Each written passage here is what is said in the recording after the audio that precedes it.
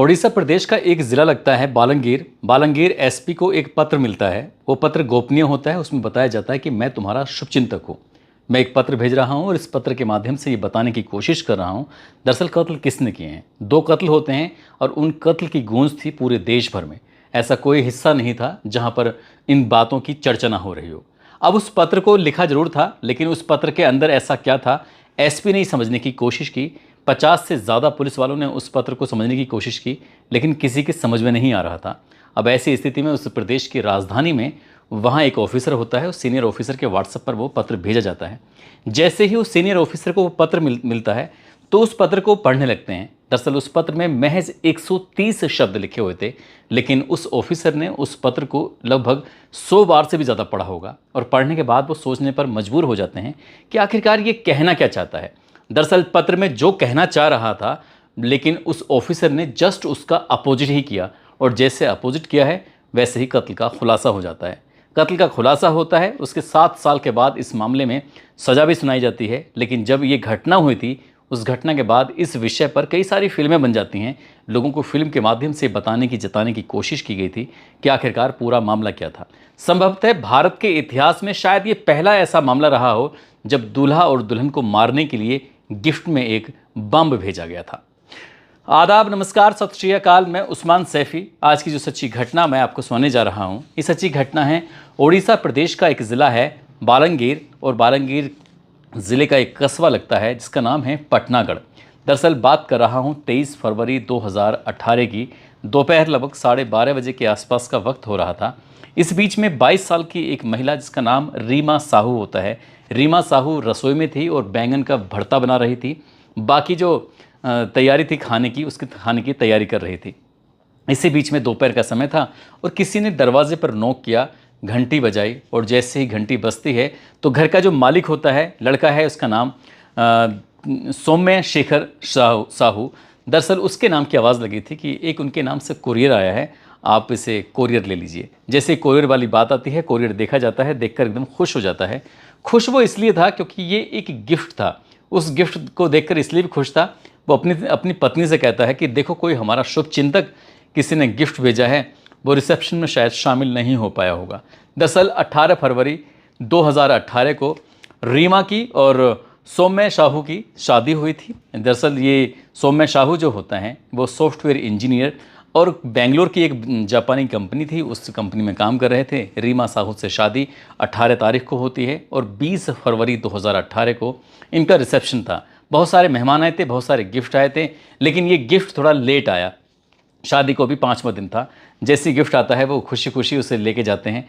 कुछ देने वाली बात आती है तो कोरियर वाला कहता है कि साहब पैसे से सब जमा हैं, आपको कुछ भी देने की ज़रूरत नहीं है। तुरंत ही वो रीमा को आवाज़ लगाता है। नई दुल्हन थी, अभी दुल्हन को आए हुए महज 5 दिन हुए थे। उसके पास जाता है और जाकर कहता है कि देखो, किसी ने गिफ्ट भेजा है। अब जैसे ही वो गिफ्ट को खोलने की तैयारी कर रहे थे, इसी बीच में लगभग 85 साल की उनकी बुजुर्ग दादी होती है, नाम उनका जेमा मणि होता है।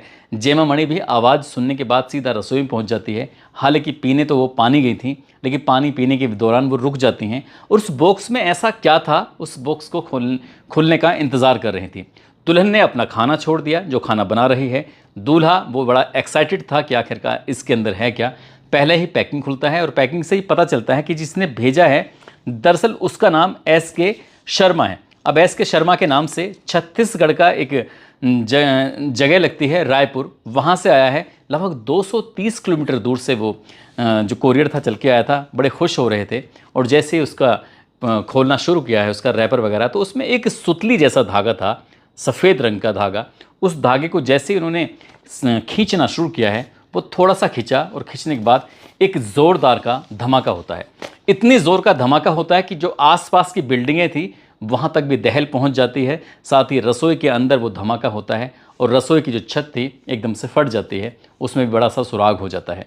इसी बीच में उस रसोई के अंदर 3 साथी थे, यानी कि दूल्हा दुल्हन, जिनकी अभी 5 दिन पहले शादी हुई थी, और उनकी दादी वो देखने के लिए आई थी। दरअसल पानी पीने के लिए आई थी, लेकिन जैसे गिफ्ट खुल रहा था, खुलते हुए गिफ्ट को देखने के रुक जाती हैं और धमाका इतनी तेज़ था, रसोई की छत फट जाती है और ये बहुत बुरी तरह से झुलस जाते हैं। आसपास के लोग उस धमाके के बाद सीधा घर की तरफ आते हैं दौड़ते हुए। आने के बाद इनको तत्काल प्रभाव से इस कस्बे में ही हॉस्पिटल होता है, वहाँ लेकर जाते हैं। दादी को और जो लड़का होता है सौम्य, उसको तो डॉक्टर ने मृत घोषित कर दिया। लेकिन जो रीमा है, जो भी इस घर की दुल्हन बनी थी, 5 दिन ही उसको हुए थे, वो भी गंभीर रूप से घायल हो जाती है। उसका भी उपचार शुरू हो जाता है। वक्त आगे बढ़ने लगता है, पुलिस में रिपोर्ट दर्ज कर दी जाती है। पुलिस इस मामले की जांच पड़ताल करना शुरू कर देती है। अब जैसे ही पुलिस ने ये एफआईआर दर्ज की और ये मामला बम ब्लास्ट होता है, उसके बाद ये अखबारों में छपना शुरू हो जाता है। इंटरनेट पर, हर वेबसाइट पर ही खबर आने लगती है, साथ ही न्यूज़ चैनल पर खबर आने लगती है। और ये की बात चल रही थी कि दूल्हा और दुल्हन को मारने के लिए किसी ने बॉम्ब भेजा है। ये बॉम्ब किसने बनाया, क्यों बनाया, आखिर दूल्हा दुल्हन से क्या दुश्मनी थी। नाम तो दूल्हे का लिखा हुआ था, लेकिन इसके पीछे की वजह क्या थी, बस यही था। अब इसके पीछे कौन था, पुलिस इस मामले की जांच पड़ताल में जुट जाती है। लगातार ये खबरें प्रकाशित हो रही थी, मामला हाईलाइट हो रहा था। अब देश के हर एक हिस्से में इसकी गूंज फैल रही थी। जैसे ही इसकी गूंज फैल रही है तो पुलिस इस मामले में कुछ खास नहीं कर पाती है और 1 महीने का वक्त बीत जाता है। आखिरकार इस मामले की जांच हटाकर पुलिस से सीधा क्राइम ब्रांच को सौंप दी जाती है, ये पता करने के लिए कि आखिरकार कातिल कौन है, किसने बम बनाया, किसने ये मामला किया।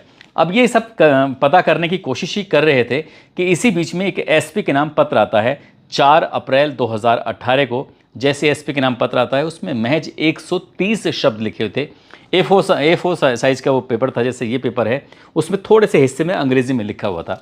अब इसके बाद पुलिस वालों ने अपनी तरफ से तमाम कोशिश की। दरअसल उसमें कोई एक संदेश लिखा हुआ था कि मैं आपका शुभ चिंतक हूँ, और ये जो कत्ल हुआ है, जो मर्डर हुआ है, इनको मारने की जो साजिश रची गई है, वो यहाँ से लगभग 230 किलोमीटर दूर छत्तीसगढ़ के रायपुर में ये साजिश रची गई है। और इसके पीछे की वजह यह है कि विश्वासघात किया गया है। लड़की को दरअसल धोखा दिया गया था, ज़मीन की हेराफेरी की गई है ज़मीन खरीदने के लिए, और लगभग करोड़ों रुपए का ऐसा था मामला जिसमें लेन देन में कुछ गड़बड़ी की गई है। इसी का बदला लेने के लिए किया गया है। साथ में उसमें एक संदेश, एक मैसेज दिया गया कि ये जो एस.के. शर्मा नाम जो पढ़ा जा रहा है, दरअसल वो एस.के. शर्मा नहीं है, बल्कि आर.के. सिन्हा हैं। आप उसे शायद गलत पढ़ रहे हैं। अब ये लोकल की जो पुलिस थी, इस ज़िले की जो पुलिस थी, तमाम कोशिशें कर ली, लेकिन इस ज़िले की पुलिस को ये कुछ हासिल नहीं हो पा रहा था कि आखिरकार इसके पीछे की वजह क्या है। हालांकि पुलिस ने अब तक 100 से ज़्यादा लोगों को गिरफ्तार किया, यानी कि हिरासत में लिया, और हिरासत में लेने के बाद उनसे पूछताछ शुरू कर दी। दूल्हा दुल्हन परिवार के हर एक सदस्य, जिनकी दोस्ती थी, दुश्मनी थी, या किसी ने कुछ ज़िंदगी में कुछ कहा भी था, तो उसके पास तक भी पुलिस जाती है, लेकिन पुलिस के हाथ कुछ लग ही नहीं रहा था। अब उस लेटर के माध्यम से क्या बताने की कोशिश की जा रही थी, पुलिस ये भी नहीं समझ पा रही थी।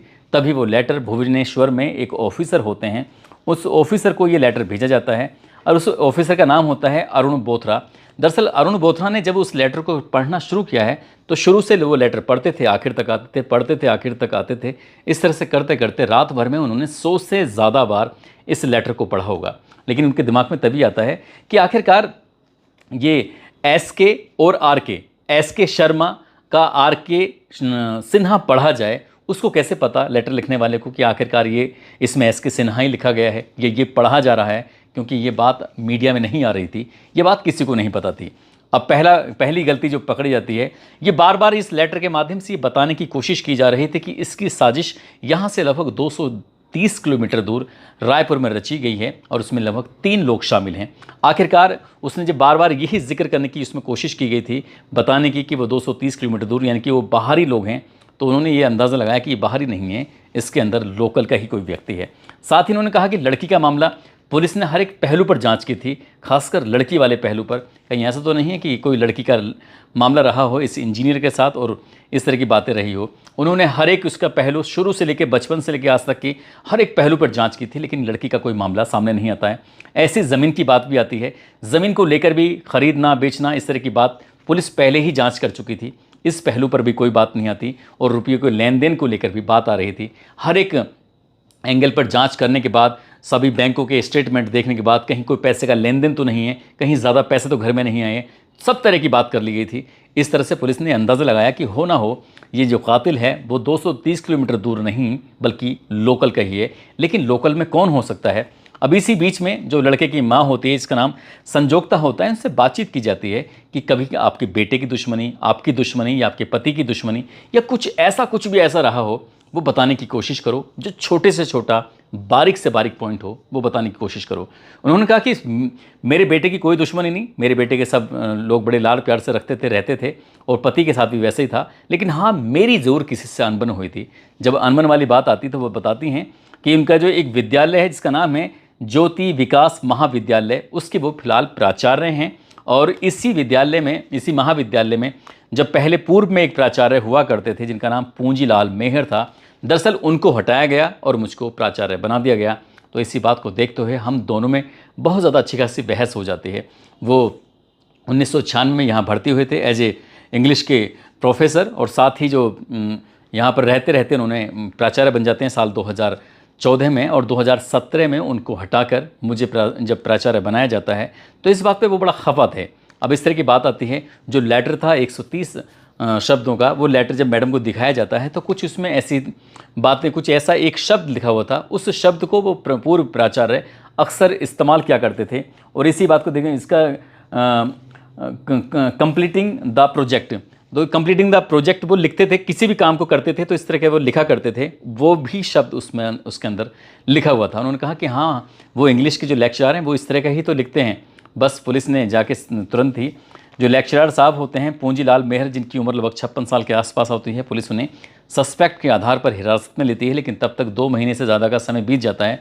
फरवरी में ये घटना हुई थी और अप्रैल का भी लास्ट आ जाता है। आखिरकार पुलिस ने जब उन्हें पूछताछ के हिरासत में लिया तब उन्होंने कुछ ही देर में वो टूट जाते हैं, और टूटने के बाद वो पूरी कहानी बताते हैं। वो कहते हैं कि मैं वाकई संजोगता से बहुत ज़्यादा नाराज़ था और उनके प्राचार्य बनने से मुझे बहुत ज़्यादा बेइज्जती फील हुई थी। तभी मैंने सोच लिया था कि मैं इनसे बदला ज़रूर लूँगा। इसलिए उसने अक्टूबर 2017 में जब दीपावली का त्यौहार आने वाला था तो उसने बहुत सारे पटाखे ख़रीद लिए थे। उन बड़े बड़े जो मजबूत थे, जो बहुत धमाके वाले पटाखे थे, उनको ख़रीदने के बाद, आतिशबाजी ख़रीदने के बाद उसने से हर एक के अंदर से उसने जो बारूद था वो निकाला और सोशल मीडिया के माध्यम से पता किया कि आखिरकार बम कैसे तैयार किया जाता है। उस प्रोफेसर ने बम तैयार किया और बम तैयार करने के बाद इसी बीच में उसको पता चलता है कि फरवरी 2018 में बेटे की शादी है, तो वो शादी में भी आता है और उसने यहाँ अपना मोबाइल छोड़ता है। सब कुछ मोबाइल छोड़ने के बाद और 230 किलोमीटर दूर जाता है अलग साधनों से, अलग माध्यमों से, और एक ऐसी कोरियर की शॉप पर जाता है जहाँ पर कोई CCTV कैमरा नहीं लगा हुआ था। तब उसने CCTV कैमरे से बचने के लिए आखिरकार उसने कोरियर किया बहुत दूर से, और कोरियर करने के बाद उसको भेज दिया। लगभग 650 किलोमीटर अलग अलग जगहों पर वो सफ़र करता है, कभी बस में तो कभी किसी वाहन में, लेकिन कोई ऐसा धमाका नहीं होता। बस उस धमाका इस तरह से वो तैयार किया गया था, जैसे वो खुलेगा तुरंत ही धमाका हो जाएगा। आखिरकार प्रोफेसर साहब ने जो अपना काम किया था, और ये जो कोरियर था वो अपने टाइम पे पहुंच चुका था, यानी कि 18 को शादी थी और 20 तारीख को ये कोरियर डिलीवर होने वाला था। और जैसे डिलीवरी बॉय इसको देने के लिए आता है तो इसी बीच में रिसेप्शन का प्रोग्राम चल रहा था, मेहमान बहुत सारे थे घर के अंदर। तो कोरियर वाले ने सोचा कि क्यों परेशान किया जाए, ये किसी से पूछा था उसने कि ये सौम्य से बात करनी है। वो कहते हैं कि सौम्य तो दूल्हा बना हुआ है। ऐसी स्थिति में उसने सोचा कि अभी देना सही नहीं है, जब ये रिसेप्शन से फ्री हो जाएंगे तो 1-2 दिन के बाद आकर दे जाएगा। यदि उस कोरियर वाले ने उस दिन सेम डे जिस दिन वो पहुंचा था, रिसेप्शन था, उस दिन दिया होता तो शायद ये और बड़ा हादसा हो सकता था और बड़े लोग, उसमें ज़्यादा संख्या में लोग मारे जा सकते थे। लेकिन दूल्हा भी मर गया, उसकी दादी भी मर गई, रीमा ज़रूर ठीक हो जाती है। कई साल बीत जाते हैं, मामला फिर अदालत पहुंचता है और अदालत जाने के बाद दोनों तरफ के जो वकील होते हैं अपनी अपनी तरफ से जिरह करते हैं। पुलिस इसमें सबूत जुटाती है, चार्जशीट लगाती है, और 7 साल के बाद 28 मई 2025 को इस मामले में अदालत अपना फैसला सुनाती है और अदालत कहती है कि इस व्यक्ति यानी कि प्रोफेसर को आजीवन कारावास की सज़ा सुनाई जाती है, साथ ही 50,000 रुपये के जुर्माना भी इस पर लगाया जाता है।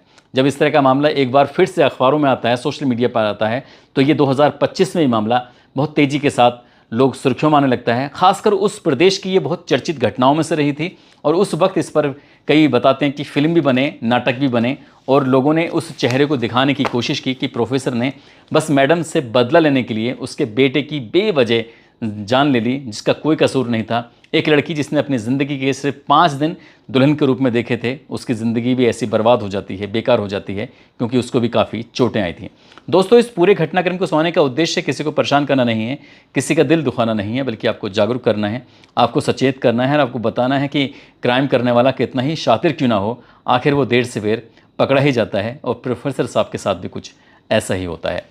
जाते जाते ये ओमपाल सिंह हैं, आज इनका जन्मदिन है। इनको जन्मदिन की बहुत सारी शुभकामनाएं, बहुत बहुत मुबारकबाद। कुछ लोगों ने नाम लेने की अपील की है, जिसमें जितेंद्र कुमार हैं, संजय कुमार सिंह हैं, हातिम खान, आर्य सत्ता, राहुल कुमार, उमेश यादव, कृष्णा कुमार, महेंद्र गुज्जर, भूपेंद्र सिंह, नरेश महतो, गौरव तिवारी, मनोज चौधरी, अमीन, दीपक लोधी, अर्जुन सिंह, शिव कुमार, वजीर अंसारी, हर्षित मीना, अनीता मेहरा, शकील सैफी, उत्तम लाल। आप सब लोग अपना ख्याल रखें, सुरक्षित रहें। जय हिंद, जय भारत।